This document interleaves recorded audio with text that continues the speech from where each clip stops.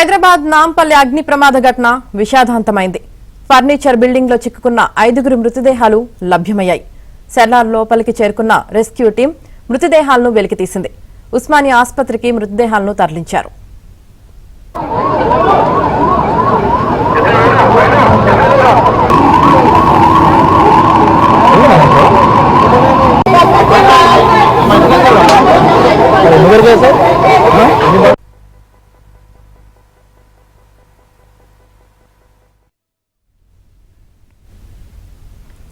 హైదరాబాద్ నాంపల్లి అగ్ని ప్రమాద ఘటన విషాదాంతమైంది.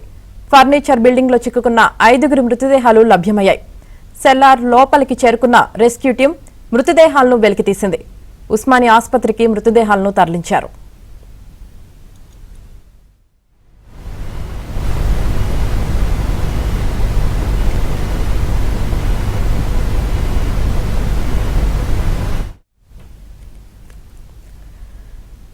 నాంపల్లి అగ్ని ప్రమాద ఘటన విషాదాంతమైంది. ఫర్నిచర్ బిల్డింగ్ లో చిక్కుకున్న 5 మృతదేహాలు లభ్యమయ్యాయి. ఇక దీనికి సంబంధించి పూర్తి సమాచారం నాంపల్లి నుంచి మా ప్రతినిధి శశి అందిస్తారు. శశి,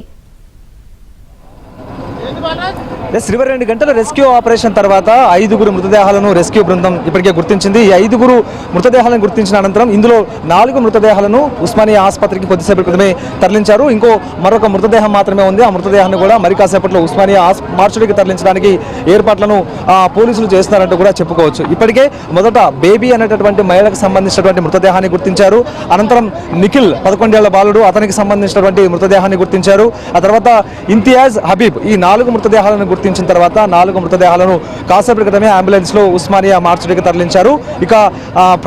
ఇంకా మరొక బాబుకు సంబంధించినటువంటి మృతదేహం మాత్రమే ఉంది. ఆ మృతదేహాన్ని కూడా వెలికి తీశారు. ఆల్రెడీ ఆ మృతదేహాన్ని గుర్తించడానికి గుర్తింపు ప్రక్రియ కూడా ఇప్పటికే పూర్తయినటువంటి నేపథ్యంలో ఇక్కడ నుంచి ఉస్మానియా మార్చుడికి తరలించబోతూ ఉన్నారు. ఇక ఉస్మానియా మార్చుడిలో డెడ్ బాడీస్ కి పోస్ట్ మార్టం పూర్తయిన తర్వాత అనంతరం వాటిని కుటుంబ సభ్యులకు అప్పగించబోతున్నారు పోలీసులు. అయితే ఈ అగ్ని ప్రమాదంలో మృతదేహాలు గుర్తుపట్టలేని విధంగా కాలిపోయాయి. అయితే నిన్నటి నుంచి కూడా, అంటే అగ్ని ప్రమాదం నిన్న మధ్యాహ్నం 12:30 గంటల మధ్యలో ప్రారంభమైంది. అదే సమయంలో అప్పటికే వీరు ఇందులో చిక్కుకొని పోయినారు. సో అప్పటి నుంచి కూడా మంటలోనే ఉండిపోవడం వల్ల వారి మృతదేహాలు తీవ్రంగా కాలిపోయినట్టుగా కూడా తెలుస్తుంది. సుమారుగా 90% వరకు కూడా మృతదేహాలు పూర్తి స్థాయిలో కాలిపోయి కేవలం కొద్ది మేర మాత్రమే గుర్తుపట్టే విధంగా ఉన్నాయి. అతి కష్టం మీద కుటుంబ సభ్యుల మృతదేహాలను గుర్తించిన తర్వాత అనంతరం వాటిని ఉస్మానియా మార్చుడికి తరలించారు. మరోవైపు ఘటనా స్థలంలో హృదయ విదారకమైనటువంటి సన్నివేశాలు ఇక్కడ నెలకొంటూ ఉన్నాయి. మరోవైపు తమ వారి మృతదేహాలను చూసి కుప్పకూలిపోతున్నారు కుటుంబ సభ్యులు. ఇక ఇంతియాజ్కు సంబంధించినటువంటి మృతదేహాన్ని చూసిన తర్వాత అతని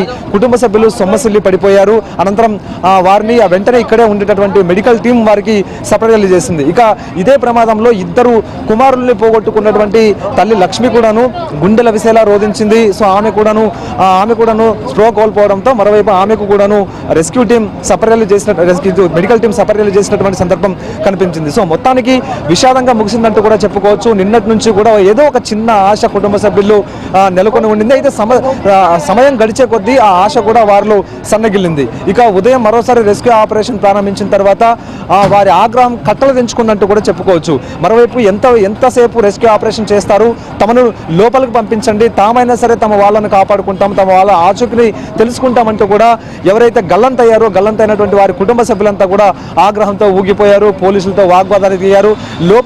సెల్లార్ లోపలికి ప్రవేశించేందుకు వీరంతా కూడా పోలీసులు తీవ్రమైనటువంటి వాగ్వాదానికి దిగినటువంటి సందర్భం కనిపించింది. సో మొత్తానికి పోలీసులు వారిని అడ్డుకున్నారు. రెస్క్యూ ఆపరేషన్ కొనసాగుతుంది కాబట్టి కొంత సమయం పడుతుందంటూ వారికి నచ్చజెప్పి అనంతరం రెస్క్యూ బృందాలు లోపలికి వెళ్ళాయి. సుమారుగా 5 రెస్క్యూ బృందాలు ఆక్సిజన్ సిలిండర్లు ధరించి లోపలికి వెళ్లి సెల్లార్లో అణువణువున గాలించారు. సో ఇదే నేపథ్యంలో కొద్దిసేపటి క్రితమే 5 సంబంధించినటువంటి మృతదేహాలు కూడా సమీపాన, అంటే ఒకరికొకరు సమీపాన పడి ఉండడంతో ఆ మృతదేహాలను గుర్తించి వెలికి తీశారు. సో మొత్తం 5 రెస్క్యూ బృందాలు కూడాను ఆక్సిజన్ సిలిండర్లను ధరించి ప్రత్యేకంగా టార్చ్ లైట్లను తీసుకుని అంతరం లోపలికి వెళ్ళి కూడా, ఎందుకంటే లోపలంతా కూడా సెల్లార్ భాగం చీకటి కమ్ముకుని ఉంది, మరొక వైపు లోపలంతా కూడా ఇది పొగ కూడా ఎక్కువగా ఉన్నటువంటి నేపథ్యంలో ఎదురుగా ఉండేటటువంటి వ్యక్తులు కూడా కనిపించినటువంటి పరిస్థితి. సో ఇలాంటి నేపథ్యంలో టార్చ్ లైట్ల సహకారంతో అణువణువు గాలించిన తర్వాత 5గురికి సంబంధించినటువంటి మృతదేహాలను పక్కపక్కనే లభ్యం కావడంతో 5 మృతదేహాలను కూడా వెలికితీశారు. ప్రస్తుతం 4 మృతదేహాలు ఇక్కడ నుంచి తరలించారు. కేవలం మరొక బాబుకు సంబంధించినటువంటి మృతదేహం మాత్రమే ఉంది. ఆ బాబు మృతదేహాన్ని కూడా తరలించడానికి ఏర్పాట్లు కొనసాగిస్తున్నారు. ఒకసారి మనం విజువల్స్ లో కూడా చూడొచ్చు. ఒకవైపు ఇది సెల్లార్కు సంబంధించినటువంటి ముందు భాగం, భవనానికి సంబంధించినటువంటి ముందు భాగం. ఇక్కడ నుంచి పొగ విపరీతంగా వస్తుంది. ఎందుకంటే రెస్క్యూ టీం ప్రస్తుతం లోపలే ఉంది.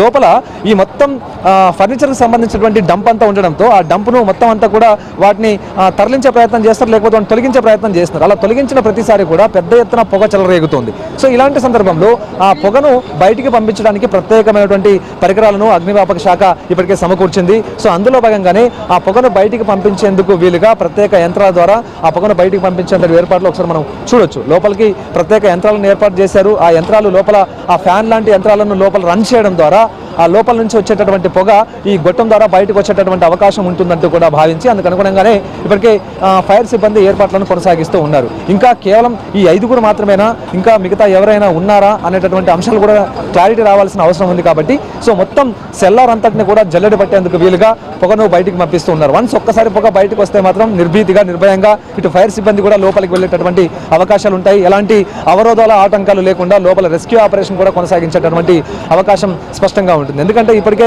చాలా ఊహాగానాలు వస్తూ ఉన్నాయి. కేవలం ఈ 5 మంది మాత్రమే కాదు, ఇంకా మరికొంతమంది ఉంటారేమో అన్న ఊహాగానాలు వస్తున్నటువంటి నేపథ్యంలో ఏ అంశాన్ని కూడా లైట్గా తీసుకోవడం లేదు ఫైర్ సిబ్బంది, ఇటు ఎన్డీఆర్ఎఫ్ సిబ్బంది కావచ్చు, లేకపోతే రెస్క్యూ టీం కావచ్చు.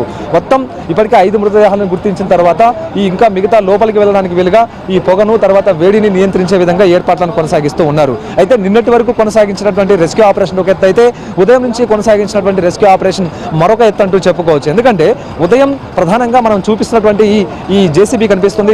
జేసీబీ కనిపిస్తున్నటువంటి ఆ ముందు భాగంలోనే మొత్తం సెల్లార్ ముందు భాగంలో పెద్ద గొయ్యి లాంటిది తవ్వారు. సో అదే నేపథ్యంలో లోపల ఉన్నటువంటి పొగ ఆ మార్గం గుండా బయటికి రావడంతో కొంత రెస్క్యూ ఆపరేషన్ సులభమైంది. ఈ 5 మృతదేహాలను గుర్తించడానికి కూడా సులభమైంది. మొత్తానికి 4 మృతదేహాలు ఇప్పటికీ ఉస్మానియా మార్చులకు తరలించారు. ఇంకొక మృతదేహాన్ని మరి కాసేపట్లో తరలించబోతూ ఉన్నారు. Yamini. Right, thank you Shashi.